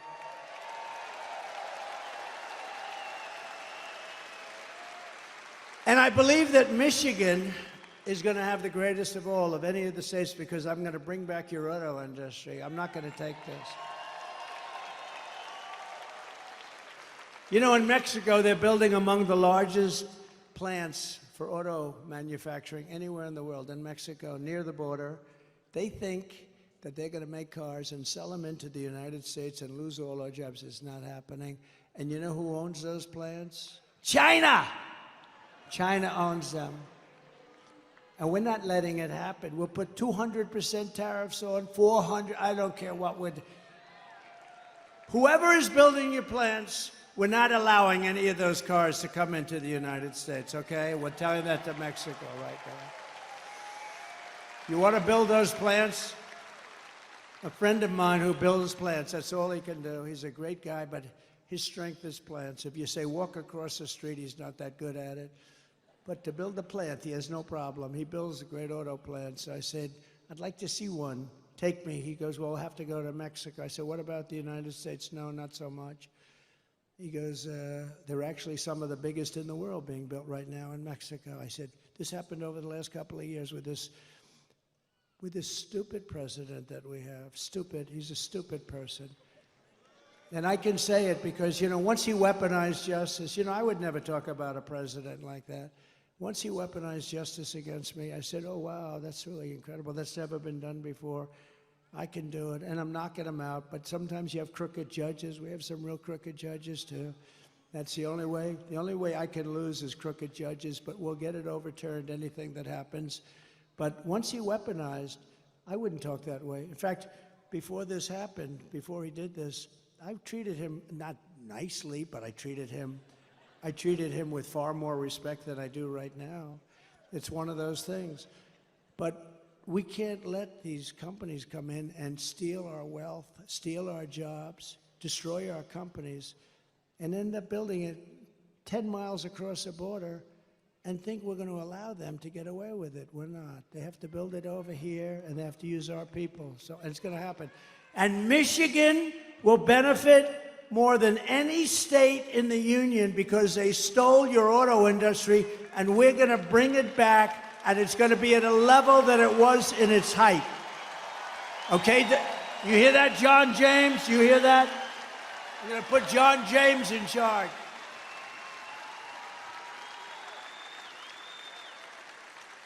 And the amazing thing, it's not even hard to do. It's not even hard. It's so crazy. You know, if you want to build something in China, you're building it here and you send it over there. We don't want it. They'll charge you like 250% tariff. We don't want it. Then you get an invite. Build your plant over here. So these companies, they go over there. Harley-Davidson did it in India. They couldn't sell. They had a 200% tariff on motorbikes. I had them in the office in the White House, the Oval Office, and the head of Harley-Davidson. I was disappointed in that, actually. We were talking about it. I was telling them the problems, and I was going to help them out. But I said, how are you doing in India? No good. Why? We have a 200% tariff. In other words, if we sell a bike, they have like this massive tariff. And I said, well, if you have a 200% tariff, that means you're not going to be able to sell any. But they invited them over to build a plant, and Harley-Davidson went, and I guess they're building the plant or built it or something. But that's what they do. I don't blame India. I blame us for allowing it to happen. It's not going to happen anymore. I had it stopped, and then we had the COVID fight. We had to fight COVID. We did a great job. We never got the credit. We got credit for military. We got credit for everything. I defeated ISIS. We did unbelievable things. Unbelievable. We got the biggest tax cut in history, the biggest regulation cuts in history.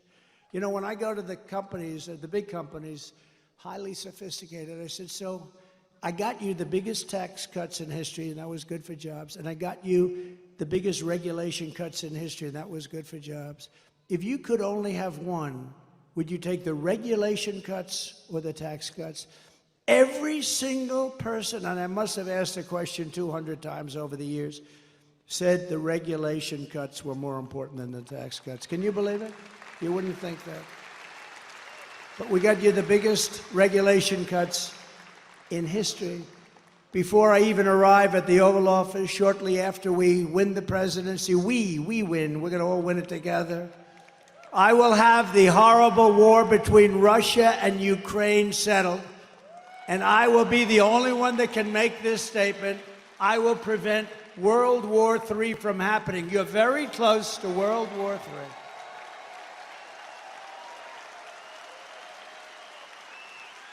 If I was president, the Afghanistan disaster, which probably caused Putin to go in, and by the way, he wouldn't have gone in with me. He would have never gone in with me. And he didn't. And by the way, he didn't. But the Afghanistan disaster, not the fact we're getting out. I was getting out. After 21 years, you get the hell out. But I would have kept Bagram. It's 1 hour away from where China makes its nuclear weapons. We gave it to them so stupidly. It's one of the biggest airfields in the world. We built it many years ago for billions of dollars. We were going to keep that. We were going to man it, keep it. Think of it, 1 hour away. You know who has it now? China has it now. How stupid are we? Should have kept that. And you know the lift? The lift should have been done at Bagram, not their little local airport where they had riots all over the place, and then the bombs started going, killing 13 of our great people, obliterating, I heard the number this morning, 47. That's maybe the right number because we're looking at 47, you know that, right? Obliterated 47 great young Americans, their legs gone, their arms gone, their face just wiped out. And hundreds of people besides, hundreds of people. The worst catastrophe, the worst, most embarrassing disaster, I think, ever that happened ever in this country. And because of that, I think Putin looked at that, the incompetence, the stupidness of Milley and these guys that don't know what the hell they're doing, and he looked at it and he said, this is a great time to go into Ukraine. But he would have never done it with me. If I was president, the Afghan disaster would have never happened. Ukraine would have never happened. And October 7th, the attack on Israel would have never happened. Remember, Iran was broke. Iran had no money. They were broke. Now they have $250 billion. But we'll get along with Iran. We'll get along with whoever we have to get along with, but it would have never happened. All of the things, and you know what wouldn't have happened? Inflation wouldn't have happened because I had energy low. Inflation was caused by energy going up twice. I will restore a thing called peace through strength. That's what we have. Remember, I'm the only president in 80 years that I started no new wars. I finished some. Totally defeated the ISIS caliphate. In my next term, we will build a great Iron Dome missile defense shield over our country, a dome the likes of which has not been seen. And it will be entirely built in the USA, and much of it will be built right here in Michigan. Why shouldn't we have the same protection that other countries have built? Why shouldn't we have the same protection that Israel has and that other countries have? And Ronald Reagan wanted to do this many years ago, but honestly, we didn't have the technology. Now we do. 301 missiles were shot at Israel, and almost every one of them was knocked out of the sky. It's an unbelievable technology. And it's our technology, and we're going to use it for our country, and we're going to be a lot safer than not having it. The Iron Dome, we're going to build the great Iron Dome, the latest and the greatest, and much is going to be made right here in Michigan, as you can imagine. And we will not cut one penny from Social Security or Medicare. And they are really, you know, they want to raise the retirement age. Biden wants to raise the retirement age and they're going to. You know why? All of these immigrants coming in, they're trying to put them onto Medicare and Social Security. So not only do they want them to vote, they want to destroy Social Security and Medicare. It's not going to happen, and we're not raising your age. One day, he's going to destroy. First of all, he doesn't have any idea what the hell he's doing. But I kept that promise 4 years ago. Remember, they said, he'll come in and raise Social Security. I went through 4 years. It was never even a topic that was allowed to be discussed. Because we have, between the liquid gold under our feet and all of the other things and the growth mechanism that we have in this country, we don't have to cut Social Security, which people have earned, and we're never going to cut it. And when you hear that stupid guy, that low IQ guy, get up and say, I inherited 9% inflation. False. He inherited 1.4, but really nothing. And when he says, he's going to raise Social Security, no, false. He's going to raise it because he's stupid. That's why he's going to raise it. Don't believe it. They have this line where it goes one after the other. But one thing, it's very simple. They're going to raise your taxes 4 times, and that's there because they don't want to renew the tax cuts that I gave. It's approximately a 4 times increase, and they don't want to renew them. But you can't believe these people when they get up. Biden and I watched Camilla the other day, brilliantly put on Fox. I don't know why Fox does it. Please, Fox, will you please get smart? Will you please get smart? And she's ranting, he is going to destroy Social Security. He's going to destroy Medicare. He's going to destroy this. I mean, just made up. It's just sound bites. It's disinformation. That's the other thing they're good at. They say anything they want to say. I am going to protect your Social Security. We're not going to be raising the number of years. We're not going to raise it by 1 day, let alone 1 year or 5 years or 10 years like some stupid people want to do. We're going to grow our country. It's going to be growth. And it's going to be using the assets and resources that we have, much of it right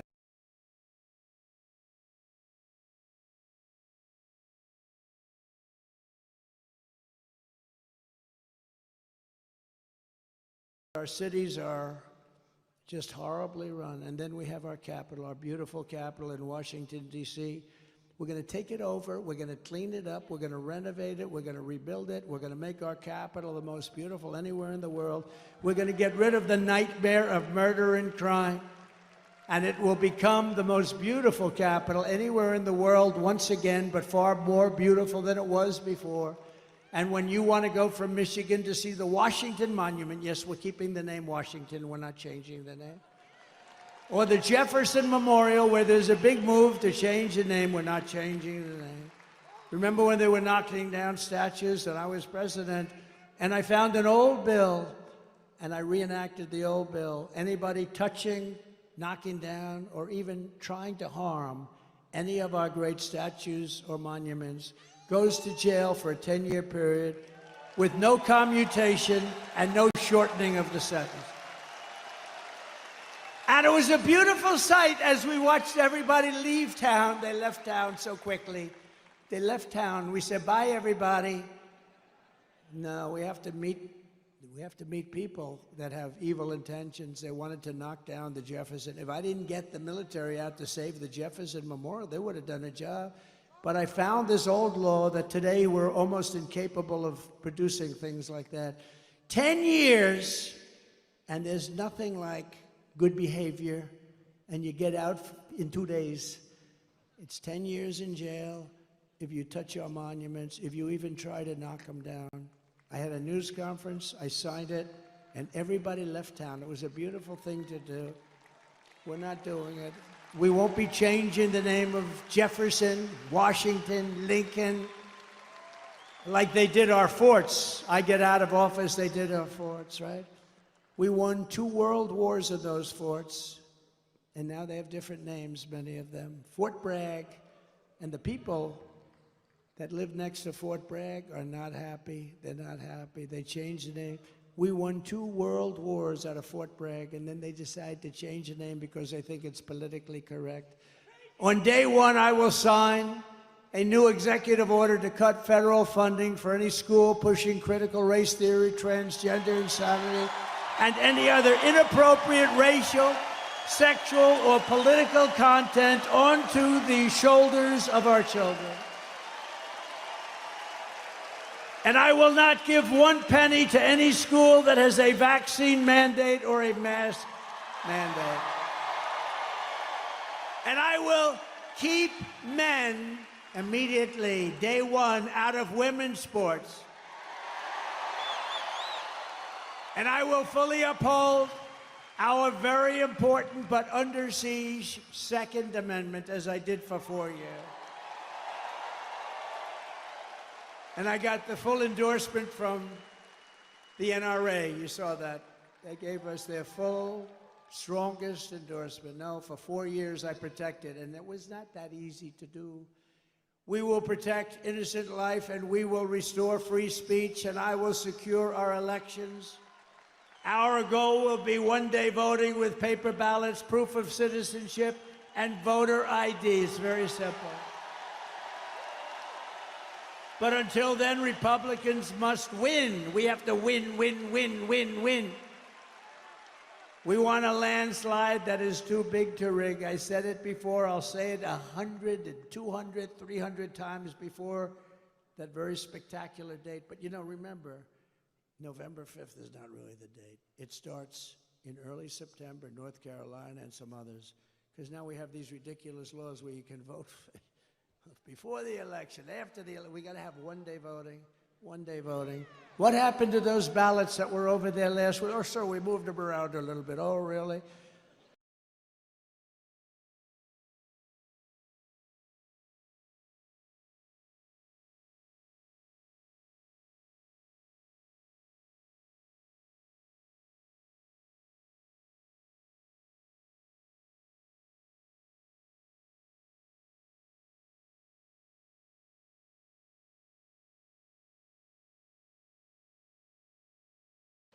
I mean, think of it. You vote 2 months early. Nobody knows what the hell's going on. Where are all the ballots that happened? Why are they using a shovel? They're shoveling off. You ever see what goes on?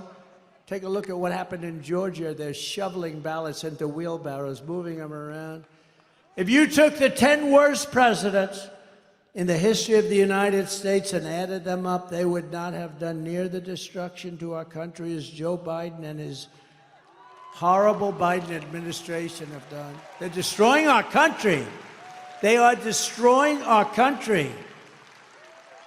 And you know, we get up and we have levity, we have laughter, but honestly, there's really nothing funny about it. They got millions and millions of people, many of whom are criminals and terrorists, flowing through, and people from mental institutions flowing through into our country totally unchecked.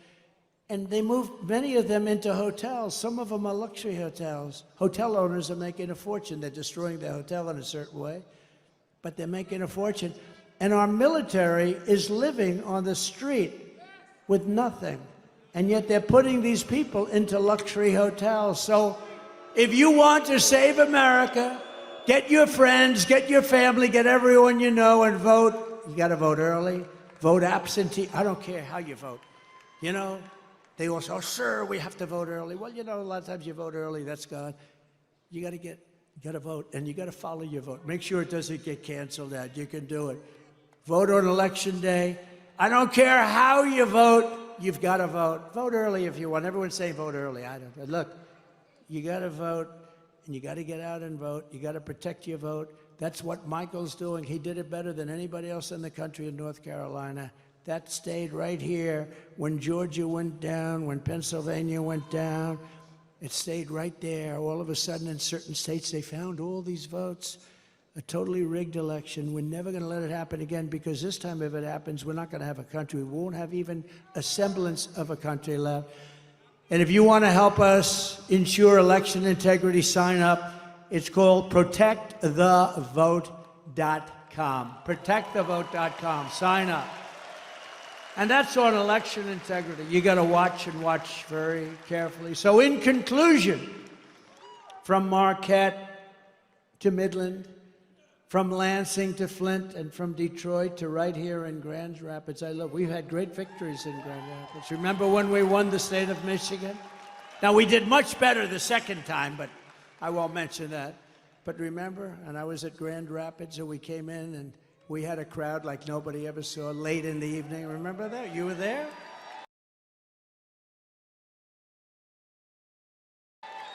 And we had a crowd like nobody's ever seen before. I said, why would we lose Michigan? And we ended up winning Michigan. I was right. Actually, Bill Clinton told Hillary that he was in Michigan. You're going to lose. You know, he's a good politician. You had a natural instinct. He said, you're going to lose Michigan. You're going to lose Wisconsin. They said, whoa. Why are we listening to this man tell us this? And he was right. Wisconsin and Michigan. I said, why are we going to lose? We had 49,000 people show up. She had like 300 people show up. I said, why are we going to lose? And we won. We won Michigan. And then we did much better the second time, but bad things happened. We're not going to let that happen anymore. We stand on the shoulders of the brave Michigan patriots and tough Michigan workers who manned the first assembly lines. You remember that? Does anybody remember that? It's a long time ago. Anybody remembers that? They're extremely old. Is there anybody that wants to admit they revolutionized industries and turned this state into a manufacturing powerhouse like no other? And we're going to bring it back. And we're going to bring it back. I'm not talking about lots of other industries. I'm talking about the auto industry, because it's such a big industry. I can say we're going to bring back cement. We're going to bring back all sorts. I'm just talking very simple. It's so simple. It's going to happen so fast.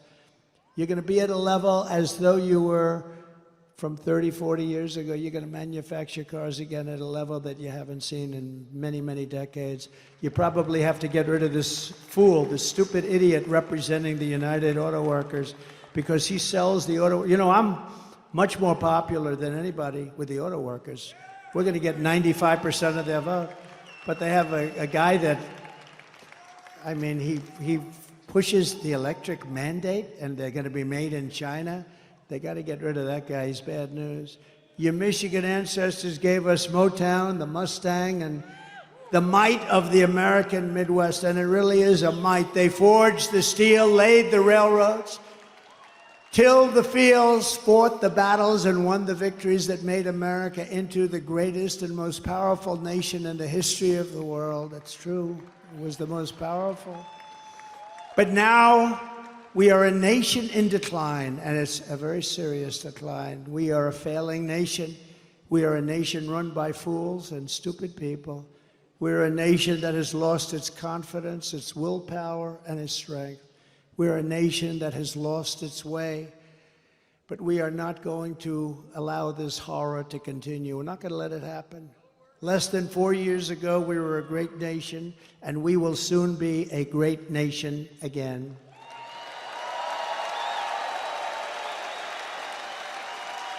With the right leadership, every disaster crooked Joe Biden has created can be fixed, and very, very quickly. Every problem can be solved, and every wrong can be rectified. By this time next year, America's borders will be strong, sealed, and secure. Very easily. Get ready, Tom Homan. Inflation will be in full retreat. Our economy will be roaring back. Optimism will be surging. You will have your confidence back. We don't have any confidence. That's like an athlete that can't sink the shot, can't hit the ball, lost his confidence. We're going to have you hitting the ball again. We're going to have you playing at the top of your game. The American dream will be thriving again for citizens of every race, religion, color, and creed. Law and justice will reign all throughout our land. Freedom will be restored. The flame of liberty will be burning bright. Crooked Joe Biden, the worst president in the history of our country, will be a fading memory of the past, and our great silent majority, including the once forgotten men and women of our country, will be the one shaping America's magnificent future when I am the 47th president of the United States of America. Thank you.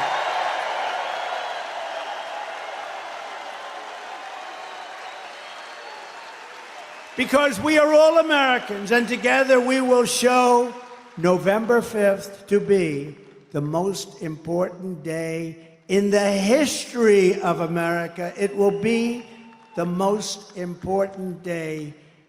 And when we turn it, our country's going to be great again. And if we don't turn it, our country is finished. You know it, and I know it, and everybody knows it. We are one movement, one people, one family, and one glorious nation under God. And together we will make America powerful again. We will make America wealthy again. We will make